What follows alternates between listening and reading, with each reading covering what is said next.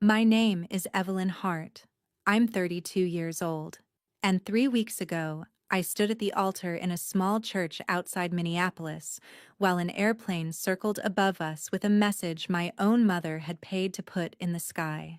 It said a useless person does not deserve a happy marriage. At first, nobody moved. The guests just stared upward like they were hoping they had read it wrong. Then the plane came around again, lower this time, dragging those words over the church roof like a punishment everyone had been invited to watch. My future husband's hand tightened around mine. I could feel him shaking, not from fear, but from rage. And before the officiant could even continue, my mother stood up in the middle of the vows and announced that she objected because I had supposedly been hiding a private medical secret from the man I was about to marry. It was a lie. A cruel, disgusting lie. My father stepped forward next with an envelope in his hand, offering my fiancé $50,000 to walk away from me before it was too late. Then my brother raised his phone higher, live streaming the whole thing to people from our hometown, laughing as he wrote that everyone should watch his loser sister get destroyed. My husband nearly lost control right there in front of the entire church. But I squeezed his hand, looked straight ahead, and smiled. Not because I was broken, not because I forgave them. I smiled because they had finally done something public enough, ugly enough, and stupid enough to prove everything I had quietly prepared for 6 years. Before I tell you what happened after that plane kept circling for 3 hours, tell me this. What time is it where you are right now, and where are you watching from? I want to know how far this story travels before my family realizes the whole world is hearing what they try to do to me. I grew up in Cedar Rapids, Iowa, in a family that looked perfect from the outside. My parents owned Heartline Events, a local catering and event service that handled weddings, church dinners, school banquets, charity auctions, and every kind of small-town celebration where people smiled in photos and judged each other the second the cameras were gone. To everyone else, my family was generous, respected, hardworking. To me, they were a machine, and from the time I was old enough to carry a tray, they expected me to become one of its quiet parts. My older brother Nolan was the golden child. He could forget orders, lose contracts, yell at staff, and still be described as passionate. I could fix a scheduling disaster, rebuild a vendor spreadsheet, catch a licensing issue before it became expensive, and still be told I was only doing what daughters were supposed to do. My parents never said they needed me because I was smart. They said I owed them because I was family. That word became a chain in our house. Family meant unpaid labor. Family meant silence. Family meant smiling when people hurt you because public image mattered more than private truth.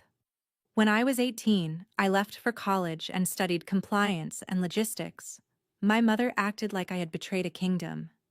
My father told me I was wasting my brain on paperwork for strangers when I should be helping my brother keep the family business alive. But I knew exactly why they were angry. They did not want me to succeed. They wanted me nearby, useful, grateful, and small. After graduation, I moved to Minneapolis and built a life they could not control. I became a senior compliance analyst for a medical logistics company, which meant I spent my days reading contracts, tracking risk, documenting procedures, and making sure people could not hide behind excuses when they broke rules. It was quiet work, but I was good at it. Very good. I bought my own condo, paid my own bills, and stopped asking my parents for anything. That made them hate my independence even more. Every holiday visit became a trial. My mother would ask when I was done pretending I had a real career. My father would ask whether I felt proud abandoning the people who raised me. Nolan would laugh and say I was lucky he stayed behind to do the real work. But the truth was, Heartline Events was falling apart under him. I knew because I had been watching for years. Vendors were being paid late. A school district quietly ended a catering contract after repeated delivery problems. Their refrigerated trucks were overdue for maintenance. Former employees started whispering online about missing overtime and unsafe kitchen shortcuts. My parents blamed the economy, supply costs, lazy workers, anyone except Nolan. Then there was the warehouse. My grandmother had left me a small commercial cold storage unit and loading yard on the edge of an old industrial district. It was not glamorous, but it was legally mine. For years, my family used it for free. Refrigerated trucks, folding tables, industrial mixers, portable ovens, ice machines, chair stacks, linen bins, and half their delivery equipment sat on my property, like they owned it. My grandmother had let them use it when she was alive, but after she died, the deed transferred to me. No lease, no contract, no rent. I paid the taxes. I kept the insurance records. I took photos every few months. I saved texts where my father casually admitted they were still storing company equipment there. I tracked commercial storage rates in the area. I built a file because I knew one day they would push too far. Then I met Caleb at a healthcare infrastructure conference in St. Paul. He was a civil engineer, calm in a way I had never experienced before. He listened without trying to own the room. When he met my family for the first time, he saw through them in one dinner. My mother asked whether he was comfortable marrying a woman who cared more about her career than children. My father joked that engineers were useful, but only if they understood loyalty. Nolan asked if Caleb knew I had a habit of running away from responsibility. Caleb did not argue. He simply looked at me afterward and said, "You are not imagining it." That sentence changed something in me. For the first time, someone saw the room exactly as I saw it. When Caleb proposed, my family did not congratulate me. My mother asked why the wedding was in Minnesota instead of Iowa. My father asked whether marriage meant I was finally ready to come home. Nolan asked if he was expected to be part of the ceremony after I had ignored the family business for years. I told them they were invited as guests, nothing more. That was when my mother went very quiet. And in my family, silence was never peace. It was preparation. The morning of the wedding, I woke up knowing something would happen. I did not know it would involve an airplane, but I knew my family would not let me have a clean, peaceful day without reminding me that they believed my happiness was an insult to them. The ceremony was at a small church outside Minneapolis, with about 90 guests. Caleb's family had helped us with everything. His mother cried when she saw me in my dress. His father hugged me like I had already been part of their family for years. That kind of warmth still felt unfamiliar to me, like standing near a fireplace after growing up in a cold room. My own family arrived late enough to be noticed, but not late enough to be blamed. My mother wore navy even though she knew it was the color Caleb's mother had chosen. My father kept checking his phone. Nolan walked in with a grin that made my stomach tighten. Still, I told myself they would not go too far. Maybe a cruel comment. Maybe a scene at the reception. Maybe a speech designed to humiliate me with a smile. I was wrong. 15 minutes before the ceremony, a low engine sound rolled over the church. At first, people ignored it. Then someone near the back gasped. I looked up through the open courtyard window and saw the plane. Behind it, in huge black letters, was the sentence my mother had chosen for the sky. A useless person does not deserve a happy marriage. The first time it passed, the church went silent. The second time, people started whispering. The third time, I looked at my mother, and she did not even pretend to be surprised. That was the moment I knew this had been planned. Caleb leaned toward me and asked if I wanted to stop.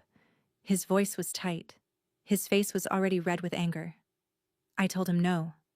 I said we were getting married today. The officiant tried to continue, though even he kept glancing upward as the plane circled again and again. Caleb squeezed my hand so hard I could feel his pulse. I started my vows. I had only said a few lines when my mother stood. She did it slowly, like she was stepping into a role she had rehearsed in her mind. She said she objected. Nobody had asked. Nobody had invited objections. She just raised her voice and told the entire church that I had hidden something shameful from Caleb. She said I could not give him the family he deserved. She said he was being tricked into marrying a woman who had lied about her future. The words were false, but the damage was the point. She wanted people to look at me differently. She wanted Caleb to hesitate. She wanted 1 second of doubt to ruin everything. Caleb turned toward her, and for one terrifying moment, I thought he was going to walk straight down the aisle and confront her. I held his hand tighter. I whispered, "Do not give them a scene they can edit." That stopped him. Then my father stood. He walked forward with a white envelope in his hand. He did not shout like my mother. He spoke low, but the first rows heard every word. $50,000. Walk away now. Start over before she ruins your life. Caleb stared at him like he had just discovered a new kind of ugliness. Then he said, "Your money is not worth more than my wife." That was the first time he called me his wife that day. And even with the plane above us, even with my mother still standing, even with my brother filming from the side aisle, I almost cried. Nolan was not recording for memories. He was live streaming. Later, I would learn he had posted it into a hometown Facebook group with hundreds of people from Cedar Rapids. His caption said, "Watch my loser sister get destroyed." At the time, I only saw his phone and his smile.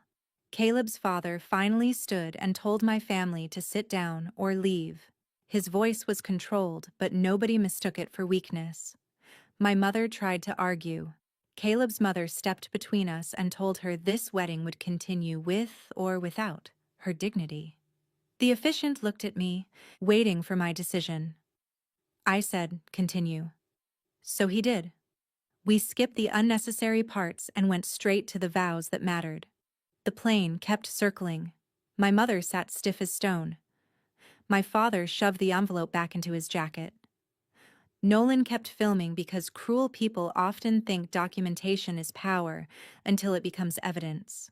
When Caleb kissed me, the guests applauded louder than I expected. Some were crying. Some looked horrified. Some looked up at the banner one more time as if they still could not believe a mother would do that to her daughter. I believed it. I had believed it for years. That was why I smiled. Not because it did not hurt. It hurt more than I will ever admit out loud. But pain is different when you are ready for it. Pain can become fuel. Pain can become proof. And on my wedding day, my family gave me both. At the reception, my family sat down and ate like they had only caused a small misunderstanding. That may have been the most disturbing part. They did not look embarrassed. They did not look sorry. My mother adjusted her earrings, smiled at the servers, and asked whether the salmon was gluten-free. My father complained about the seating arrangement. Nolan kept checking his phone, smirking at whatever was happening online. It felt like watching criminals return to the scene because they were convinced the building still belonged to them. Caleb wanted them removed immediately. I could see it in his jaw, in the way his hands kept opening and closing at his sides. His father offered to handle it quietly. His mother asked if I wanted a private room to breathe. I told them no. I wanted the reception to continue. I wanted the photographer to keep shooting. I wanted the videographer to keep recording. I wanted every witness calm, sober, and certain about what they had seen. My best friend, Lauren, pulled me aside during cocktail hour and showed me her phone. Nolan's live stream had been shared over and over. The comments were worse than I expected. People I had not spoken to since high school were laughing. A former neighbor wrote that my mother had probably saved the groom. Someone asked if the infertility thing was true. Someone else wrote that I had always acted too good for my hometown. My brother had turned my wedding into entertainment, and hundreds of people had watched my family try to break me in real time. I told Lauren to screenshot everything. Names, timestamps, comments, shares, reactions. I told 2 other friends to do the same from different accounts in case Nolan deleted it. Then I went back into the ballroom and danced with my husband. That was the first decision my family never understood. They expected me to collapse. They expected a screaming match, a ruined reception, a bride sobbing in a bathroom while they told everyone I had always been unstable. Instead, I smiled through the first dance. I cut the cake. I thanked Caleb's parents. I hugged friends who looked like they wanted to apologize for existing in the same room as my family. I did everything a bride was supposed to do because I refused to let my mother be the author of that day. But halfway through dinner, I started feeling sick. At first, I thought it was stress. My stomach cramped, and I had to excuse myself from the table twice. Caleb noticed immediately. I told him I was fine because I did not want one more ugly thing attached to the night. But later, Lauren mentioned something strange. While she was gathering screenshots, one of the catering assistants had said there had been special instructions for one plate at the head table, mine. I had no special dietary request. Caleb had none. Nobody on the planning forms had anything like that listed for me. The next morning, instead of accusing anyone, I did what I always do. I requested records. I contacted the catering company and asked for the final invoice, the service notes, and any changes made the week of the wedding. At first, the owner sounded confused. Then he became nervous. There had been a separate cash payment. There had been a request to prepare one specific plate differently as a prank. The description of the woman who gave the instruction matched my mother down to the navy dress and silver jewelry. The owner insisted he had not understood the situation and had trusted that it was some private family joke. I did not yell at him. I asked him to preserve every note, every message, and every staff schedule from that day. Then I forwarded everything to my attorney. That same morning, while my phone filled with missed calls from my parents, I opened the file I had been building for years: the warehouse deed, property tax payments, insurance documents, photos of their equipment on my land, commercial storage rates, text messages where my father admitted they were using it, a spreadsheet calculating fair market rent. For 6 years, I had updated that file every few months and wondered if I would ever actually use it. Now, I had my answer. I sent one formal notice through certified mail and email. Heartline Events had 30 days to remove every truck, freezer, table, oven, linen rack, and piece of company property from my warehouse and loading yard. If they failed, I would pursue back rent, storage fees, attorney costs, and damages for unauthorized commercial use of my property. My father called 17 times in the first hour. My mother left a voicemail saying I was being dramatic over a wedding joke. Nolan posted online that I was trying to destroy a family business because I could not take a prank. I saved all of it. Then I put my phone face down and had breakfast with my husband.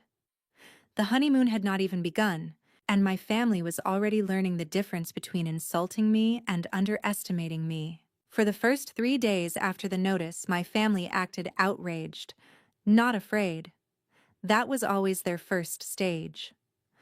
My mother sent long messages about betrayal, forgiveness, and how daughters should never humiliate their parents in public. She wrote that I had embarrassed her in front of the community, which was almost impressive considering she had hired a plane to insult me over a church. My father took the business angle. He said moving the equipment would cost more than they could afford. He said I was risking employees' jobs. He said vendors depended on them. He said I had no idea what kind of pressure he was under. Nolan went online again, calling me greedy, unstable, and vindictive. He did not mention the live stream. He did not mention the banner. He did not mention the envelope. He definitely did not mention the special instructions for my dinner plate. In their version, I woke up one morning and decided to destroy them for no reason. So I kept saving everything, every message, every deleted post someone else had already captured, every voicemail, every threat disguised as concern. On day 9, my father drove from Cedar Rapids to Minneapolis and parked in my driveway. Caleb saw him first through the front window and immediately reached for his phone. I told him I would handle it. Before I opened the door, I turned on my recorder. My father sat in his truck for nearly 20 minutes before he got out, like he was trying to decide whether to play victim, businessman, or parent. He chose all three. He started by saying the company could not function without that warehouse. The refrigerated trucks needed the cold hookups. The delivery equipment had nowhere else to go. The replacement storage quotes were outrageous. He said I was putting 42 employees in danger of losing hours. I asked him whether he thought about those employees when he spent money on a Skywriter. His face tightened. Then he said the wedding had gotten out of hand, but emotions were high. I asked if $50,000 in an envelope was an emotion. He said Caleb needed a chance to make an informed choice. I asked if a public lie during my vows was information. He told me I was twisting things. That was the family talent. They could hit you, then accuse you of describing the bruise incorrectly. When I brought up the dinner plate, he looked away. That told me enough. He did not ask what I meant. He did not look surprised. He already knew. Then he tried the grandmother card. He said my grandmother would be ashamed of me for using her property against my own blood. I told him my grandmother had left the warehouse to me, not to the business, not to Nolan, and not to him. I told him she had once warned me never to confuse being useful with being loved. For the first time, my father had no clean answer. He stood there in my driveway, jaw moving like he was chewing on words he could not afford to say. Then he told me I had always thought I was better than them. I said no. I finally stopped accepting that I was less. He left angry. I went inside shaking, but not with regret. Sometimes your body reacts after your mind has already made the right decision. Caleb held me without telling me to calm down. He understood that calm had been my survival skill for too long. That night, Nolan's wife messaged me on Instagram. Her message was desperate. She said they were behind on vendor payments. She said their house loan was tied to Nolan's share of the company. She said if the business lost the warehouse, everything could collapse. She said she was not defending what happened at the wedding, but she begged me not to punish everyone for one bad day. One bad day. That phrase almost made me laugh. My family had not had one bad day. They had made one revealing day. I did feel sorry for her. She had not hired the plane. She had not stood up during my vows. She had not offered Caleb money. But sympathy could not become another door for my family to walk through. I replied once, carefully. I told her the company had 30 days to remove its property. I told her all communication needed to go through my attorney. I told her I hoped she protected herself, because the people asking her to beg me were the same people who had created the problem. After that, the calls slowed for a few days. I knew that did not mean they were giving up. It meant they were calculating. My parents had spent my whole life assuming I would eventually fold if they made the pressure heavy enough. But this time, I was not a daughter begging for approval.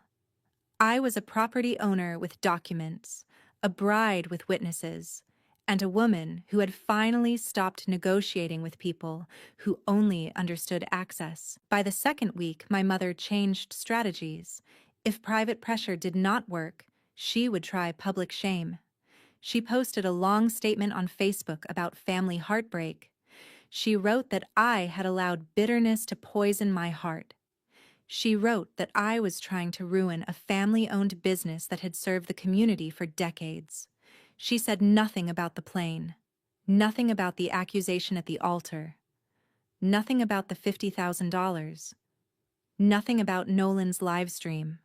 Her friends responded exactly the way she expected at first. Praying for you. Children can be so cruel. Money changes people. Then the screenshots started appearing. Lauren had saved everything. So had Caleb's cousins. So had people from the church who were disgusted by what they had witnessed. Someone posted a clip of the banner passing over the church. Someone else posted Nolan's caption. Another guest wrote a calm, detailed comment saying she had watched my mother interrupt the vows, and my father approached the groom with an envelope. My mother deleted her post within an hour, but deletion is not the same as disappearance. In a small community, reputation moves faster than facts, but facts last longer when people have proof. Heartline Events started getting questions on its business page. Brides asked if it was true that the owners had sabotaged their own daughter's wedding. A church coordinator canceled a consultation. A school administrator requested updated health and licensing documents before renewing an annual banquet contract. My father blamed me for all of it, as if I had forced them to behave in public. Then something happened that changed the story from personal revenge to public responsibility. A former Heartline employee contacted me through a new email address. She said she had seen the wedding video and finally felt brave enough to tell someone what had been happening behind the scenes. According to her, Nolan had been ignoring refrigeration logs, delaying equipment repairs, and using the warehouse in ways that did not match the permits my family claimed to have. She sent dates, photos, and names. Another former employee followed, then a vendor. I sat with those messages for a long time. I wanted consequences for my family, yes, but I did not want innocent customers, employees, or guests harmed because my parents were careless. There is a line between revenge and recklessness. I had no intention of crossing it. So I reported the concerns through the proper channels. I did not exaggerate. I did not invent anything. I sent what I had and let inspectors do their jobs. Within days, a county inspection was scheduled. My family tried to frame it as harassment, but the problems were real. One prep kitchen was ordered to pause operations until repairs were made. A refrigerated truck was pulled from use. Several storage and sanitation issues had to be corrected before future events could proceed. The cost hit them immediately. They had to refund deposits. They had to rent replacement equipment. They had to explain delays to clients who were already nervous because of the wedding scandal. Nolan finally stopped posting. My mother stopped pretending she wanted reconciliation and started leaving voicemails that sounded less like love and more like panic. My father tried calling Caleb directly, probably hoping man-to-man pressure would work better. Caleb answered once on speaker. My father said this had gone far enough. Caleb said no, what happened at the church had gone far enough, and everything after that was just the bill arriving. Then he hung up. I loved him for that, but I also told him I did not want him dragged into the center of it. My family would love nothing more than to claim he had turned me against them. The truth was much simpler and much harder for them to accept. I had been turned against them by years of being used, mocked, and controlled. The wedding only removed the last excuse. As the 30-day deadline approached, commercial storage quotes came back higher than my family expected. The cold hookups alone were expensive. Moving the trucks required scheduling. Some equipment needed repairs before it could even be transported. They had built a business around free access to my property, and they had mistaken my silence for permission. On day 27, my father emailed my attorney asking for an extension, not apologizing, not accepting responsibility, just asking for more time as if this were a weather delay. My attorney asked whether they were prepared to pay current market rent during the extension. My father did not respond. That silence told me the truth. They did not want fairness. They wanted the old arrangement back. They wanted my land, my labor, my silence, and my shame. But the old arrangement had died at the altar while a plane circled overhead. The 30th day came and went. They did not move the equipment. Not one truck, not one freezer, not one stack of chairs. I drove to the warehouse with Caleb and my attorney the next morning, and we documented everything. The same refrigerated vehicles were parked along the loading side. The same catering ovens were lined against the wall. The same linen carts, folding tables, Portable bars and serving stations filled a building my family had treated as free storage for years. I did not feel triumphant standing there. I felt clear. There is a difference. Triumph is loud. Clarity is quiet, and it does not need anyone else to agree. My attorney sent the demand letter that afternoon. The total was $92,000, including back commercial storage value, unauthorized use fees, post-deadline storage charges, and initial legal costs. It was not an emotional number. It was not revenge math.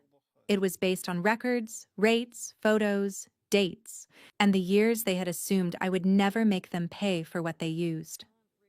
The calls began before dinner. My mother called, my father called, Nolan called. Then the unknown numbers started. Aunts, cousins, former neighbors, people from church, people who had never asked how I was after my wedding suddenly had strong opinions about my responsibility to forgive. At one point, my phone showed more than 200 missed calls in a single day. I answered none of them.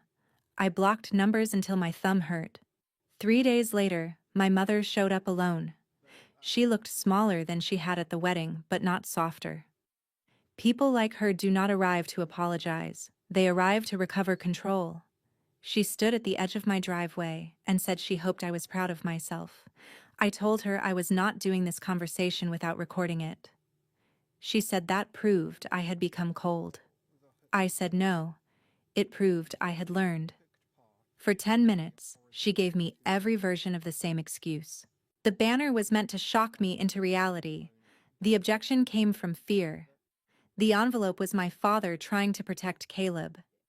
The live stream was Nolan being immature. The dinner plate was just a prank that went too far. That was the closest she came to admitting it. I asked her if she understood that tampering with someone's food at their own wedding was not a joke. She rolled her eyes and said I had always been dramatic. That sentence ended any remaining grief I had carried for her. Not because it was the cruelest thing she had ever said, but because it was the most familiar. Every pain I had ever brought to my family had been renamed drama, so they would not have to call it damage. I told her to leave. She said I would regret choosing money over blood. I said she had confused blood with ownership. That night, my father sent one long message through email because every phone number was blocked. Buried under paragraphs of blame, he finally admitted the truth. Nolan was never supposed to run Heartline events alone. My parents had always expected me to come back and handle compliance, contracts, licensing, vendor systems, and operations while Nolan became the public face. He was supposed to get credit. I was supposed to do the work. When I left, their plan failed. When I succeeded without them, their resentment grew. When I married Caleb and built a life they could not enter without permission, they decided to punish me in the most public way possible. Reading that message did not break my heart. It explained why it had been broken for so long. In the weeks that followed, Heartline Events lost 2 major contracts.